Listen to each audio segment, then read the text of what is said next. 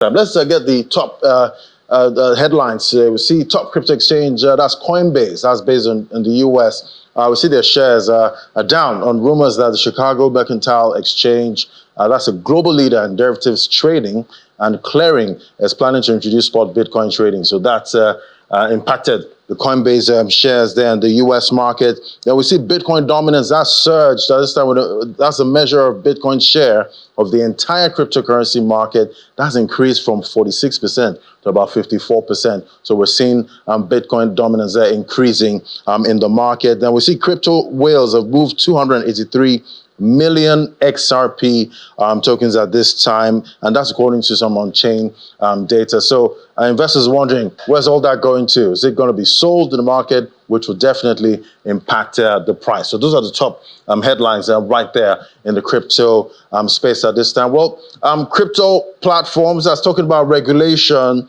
they're facing stiff reception from regulators in most countries like Nigeria at this time, from delisting of the Naira on their platforms to the issues in the FX market, blaming that on that P2P market. Well, joining us now is Nathaniel Luz. He's the CEO of FlynnCap, and Nathaniel is joining us right here in the studio.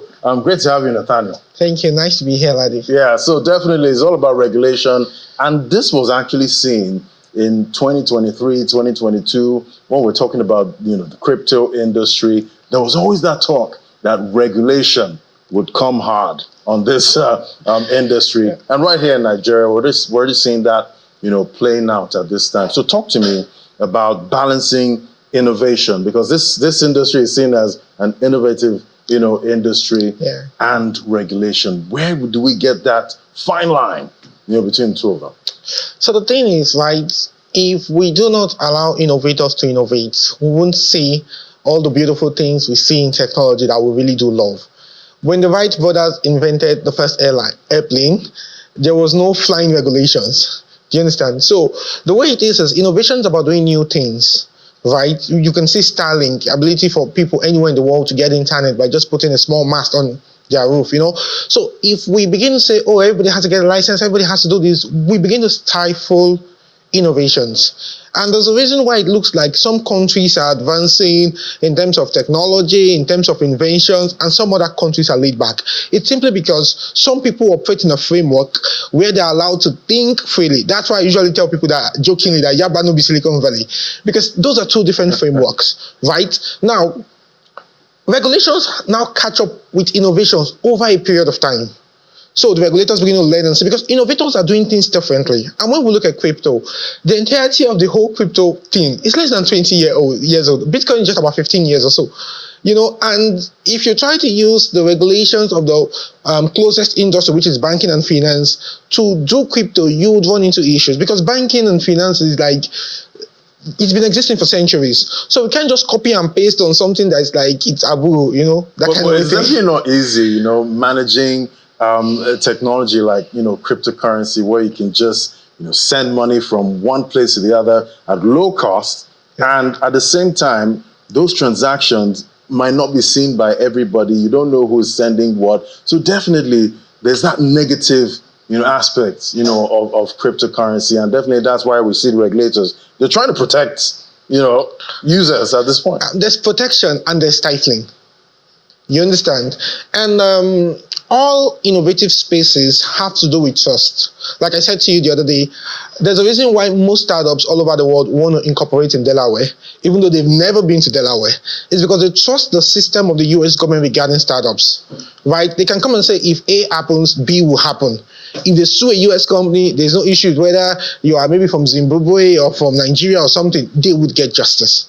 Right? Now, the SEC in Nigeria has brought out regulations for crypto, which is very good. But with the way the CBN is going too hard on crypto, people are beginning to say, should we actually get this license? Because the license is quite pricey. We're talking to the tune of hundreds of millions of naira. So to get a license to operate a cryptocurrency platform in Nigeria. Yeah, currently. How much are we looking at? Hundreds of millions, laddie. Right. So, and people are beginning to say that if we invest this amount, what are we getting back?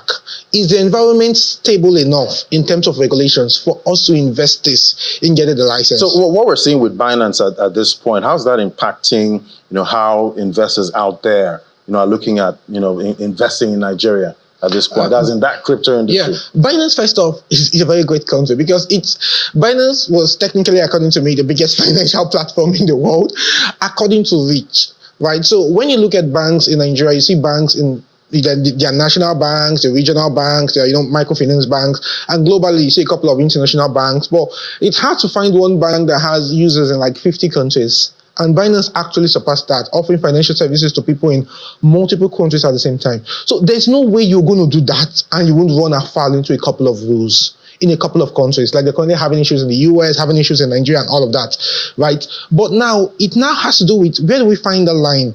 Where do we work with them and say, hey, you guys are doing this, and this. This is how to do it properly. We've had this issue in banking, even in Nigeria. And there was a time when Nigerian banks would fold up and your money was gone. Ask our parents, they'll tell you. But now we have structures in banks in which the CBN doesn't even need to go and do, we want to ban this bank. They just remove the board of directors. They just do things. We saw what happened with Oceanic. The government steps in and, we see bank recapitalization, Soludo 2006. We're seeing it again happening with Cardoso, So we have all of those things in place. That is what we have to keep doing crypto. We don't have to throw away the baby with the bathwater. And this whole Binance thing, technically, we might say it's making people, it's chaotic. So it's making people stand off. Like everybody just wants to say, should we give these guys another 1 year, 2 years to see what's going to happen before we step in? But I also think that another thing that happens in chaos is wealth transfer. So the smart guys are building in the chaos. Do you understand? Such that when everything stables, some people will be at the top of the Premier League ahead of everyone else. Exactly. For those who dare to build in chaos. Right. Quite interesting. It's still a developing story at this time. We'll keep tracking to see at some point if there's some kind of consensus when it comes to regulation and innovation, especially from crypto space. Thank you so much. It was great having you, Nathaniel Liu, CEO of FlinkCap. Thank you so much. Thank you very much, Larry. Nice to meet you.